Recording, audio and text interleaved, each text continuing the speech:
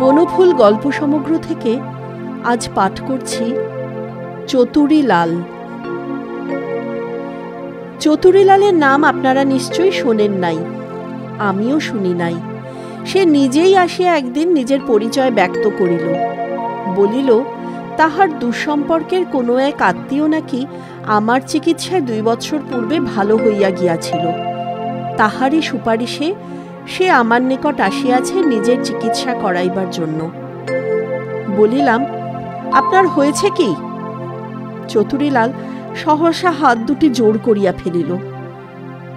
সব কথা বলবার আগে একটা কথা জানতে চাই হুজুর, আপনার ফিস কত? 10 টাকা। 10 টাকা দিতে আমার জিভ বেরিয়ে যাবে ডাক্তারবাবু, কিছু কম করুন। আপনি সত্যিই যদি 10 টাকা দিতে না পারেন, কম করব বই কি। খুব গরিব যদি হন একেবারেই কিছু নেব না। এই কথায় চতুরীলালের চোখে মুখে যে ভাব পরিস্ফুট হইল তাহা অপূর্ব। তাহা শ্রদ্ধা, যাহা ভাবিয়াছিলাম তাই ব্যঞ্জক একটা ভাব, এবং চতুরতার এক অবর্ণনীয় সমন্বয়। ঘাটটা অন্যদিকে ফিরাইয়া স্মিত মুখে সে বাম গুম্ফ প্রান্তে ধীরে ধীরে তা দিতে লাগিল, অর্থাৎ ভাবিতে লাগিল অতঃপর কি বলা যায়। আমি আরেকটি রোগী লইয়া পড়িলাম। তাহাকে বিদায় করিয়া চতুরীলালের দিকে চাহিলাম আবার। চতুরীলাল বলিল, আমার বাড়ির কাছেই একজন ভালো ডাক্তার আছেন, তিনিও MBBS, কিন্তু আমি তার কাছে যাইনি, আপনার কাছেই এসেছি। আসতে আমার খরচ লেগেছে 3 টাকা 12 আনা, ট্রেন ভাড়া 2.5 টাকা, জলখাবার 1 টাকা, রিক্সা ভাড়া 4 আনা। ফিরে যেতেও প্রায় ওই খরচই লাগবে। আপনি ফিস কিছু কম করুন ডাক্তারবাবু, 2 টাকা আপনাকে দেব আমি। আমি তো বলেছি, সত্যি যদি আপনার দেবার ক্ষমতা না থাকে ও 2 টাকাও দিতে হবে না। আপনার বিবেক যা বলে তাই করুন, আমি আর কি বলবো আপনার মতো ভদ্রলোককে। চতুরীলাল এই কথায় নিচের ঠোঁটটি উপরের ঠোঁট দিয়া চাপিয়া ধরিল। তাহার পর বারান্দায় গিয়া নাকটা ঝাড়িয়া আসিল। তাহার পর স্মিত মুখে বলিল, রাজেন্দ্র সিং আমাকে বলেছিলেন আপনি দয়ার সাগর, যে যা দেয় নিয়ে নেন। আগে হয়তো দয়াসাগর ছিলাম, কিন্তু ক্রমশই জিনিসপত্রের দাম যেরকম বেড়ে যাচ্ছে তাতে সাগর আর থাকতে পারছি কই, ডোবা হয়ে যাচ্ছি। চতুরীলাল উচ্ছ্বসিত আনন্দে হো হো করিয়া হাসিয়া উঠিল। ঠিক বলেছেন, সকলেরই অবস্থা সমান। আমার কিছু জমি আছে, ধান মন্দ হয়নি, দামও পেয়েছি খারাপ নয়, কিন্তু খরচ। চতুরীলালের খরচের বর্ণনা শুনিবার অবকাশ পাইলাম না। পরিচিত এক ভদ্রলোক মটর যোগে হন্তদন্ত হইয়া উপস্থিত হইলেন। তাহার শালীর নাকি নাভিশ্বাস উঠিয়াছে। ভদ্রলোক চাকুরি করেন, ভালো চাকুরি, ডেপুটি ম্যাজিস্ট্রেট, কিন্তু তাহার স্কন্ধে ডালপালা সমেত গোটা শ্বশুরবাড়িটাই আসিয়া ভর করিয়াছে।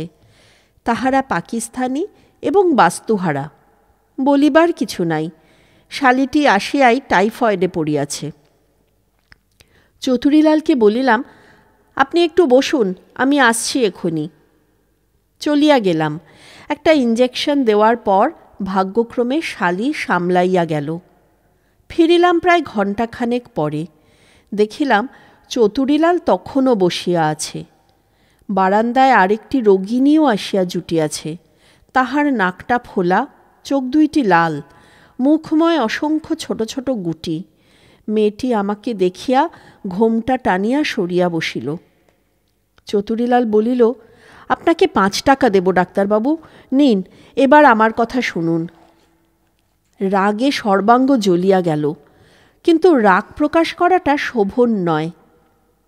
হাসিয়া বলিলাম, 5 টাকার বেশি দেবার আপনার ক্ষমতা নেই নাকি? সত্যি? চতুরীলাল মুচকি হাসিয়া চুপ করিয়া রহিল। তাহার পর বলিল, আমি রাজেন্দ্র সিংয়ের আত্মীয়, আমায় কিছু খাতির করবেন না? আমিও উত্তরে মুচকি হাসিলাম। আমার হাসি দেখিয়া মরিয়া হইয়া চতুরীলাল বলিল, বেশ, আপনার কথাও থাক, আমার কথাও থাক, টাকা। গনিয়া গনিয়া 6টি টাকা সে আমার সম্মুখে রাখিয়া হাত জোড় করিল। বেশ, কি হয়েছে বলুন। চতুরীলাল তাহার রোগের বিবিধ বর্ণনা শুরু করিল। বর্ণনা শুনিয়া বুঝিলাম চতুরীলাল সম্ভবত বহুমূত্র ব্যাধিতে কাবু হইয়াছেন। প্রস্রাব পরীক্ষা করিলাম, প্রচুর চিনি। খুব খান নাকি? খুব। ছেলেবেলায় খেতে পাইনি, এখন ভগবান মুখ তুলে চেয়েছেন, আপনার আশীর্বাদে খাবার অভাব নেই এখন, খুব খাই। চতুরীলালের মুখ হাস্যোদ্ভাসিত হইয়া উঠিল। কিন্তু আপনার যা অসুখ হয়েছে তাতে বেশি খাওয়া তো চলবে না, খাওয়া কমাতে হবে। সেটি পারব না হুজুর। ছেলেবেলায় বাবা মারা গেলেন, ধারে তার মাথার চুল পর্যন্ত বিকিয়ে গিয়েছিল। একবেলা খাওয়া তাই জুটত না সব দিন। এখন আপনার আশীর্বাদে সামলে উঠেছি অনেকটা। ঘরে গাই আছে, ধান হয়, আলু হয়, আখ হয়। এখন যদি আবার আপনি খাওয়া বন্ধ করে দেন তাহলে। হাত উল্টাইয়া এবং মুচকি হাসিয়া চতুরীলাল বক্তব্য শেষ করিল। কিছুদিন সংযম করুন, চিনি, ভাত, আলু এই 3টে অন্তত ছেড়ে দিন। ওই 3টেই তো প্রিয় খাদ্য আমার, ও 3টে ছেড়ে দিলে খাবো কি? তাহলে ইঞ্জেকশন নিন, কিন্তু তার আগে আপনার রক্তটা দেখা দরকার। রক্তে চিনির পরিমাণ কত আছে? রক্তেও চিনি থাকে নাকি? থাকে বই কি। রক্তে চিনির পরিমাণ বেশি হলেই তো সেটা পেচ্ছাপ দিয়ে বেরোয়। ও। চতুরীলাল পুনরায় কিছুক্ষণ গুম্ফপ্রান্ত পাকাইয়া অবশেষে বলিল, তার মানে খরচ? অনেক খরচ। রক্ত পরীক্ষা করতেই 16 টাকা লাগবে। তারপর ইঞ্জেকশন পিছু খরচ আছে, রোজ অন্তত 1টা করে ইঞ্জেকশন দিতে হবে। বেশ খরচ এতে। তার চেয়ে কিছুদিন সংযম করেই দেখুন না। চতুরীলাল নীরবে গোফে তা দিতে লাগিল। তাহার পর সহসা আমার হাত 2টি চাপিয়া ধরিয়া বলিল, রক্ত পরীক্ষার জন্য আমি 8 টাকার বেশি দিতে পারবো না। দয়া করুন একটু, করতেই হবে। করিতেই হইল। বুঝিলাম শক্ত পাল্লায় পড়িয়াছি। চতুরীলালের রক্ত লইলাম। বলিলাম, আপনি বিকেলে এসে আমার সঙ্গে দেখা করবেন। রক্ত পরীক্ষা করে তারপর আপনার ব্যবস্থা করব। বারান্দায় যে মেয়েটি এতক্ষণ আধঘোমটা দিয়া বসিয়াছিল সে এবার আসিয়া ঘরে ঢুকিল এবং অত্যন্ত নাটকীয় ভঙ্গিতে একেবারে আমার পা 2টা জড়াইয়া ধরিল। বাঁচান বাবু আমাকে। কি হয়েছে বলো আগে। পা ছাড়ো, পা ছাড়ো। পা ছাড়িয়া সে নতমুখে উঠিয়া দাঁড়াইল। ঘোমটা সরাও, দেখি কি হয়েছে।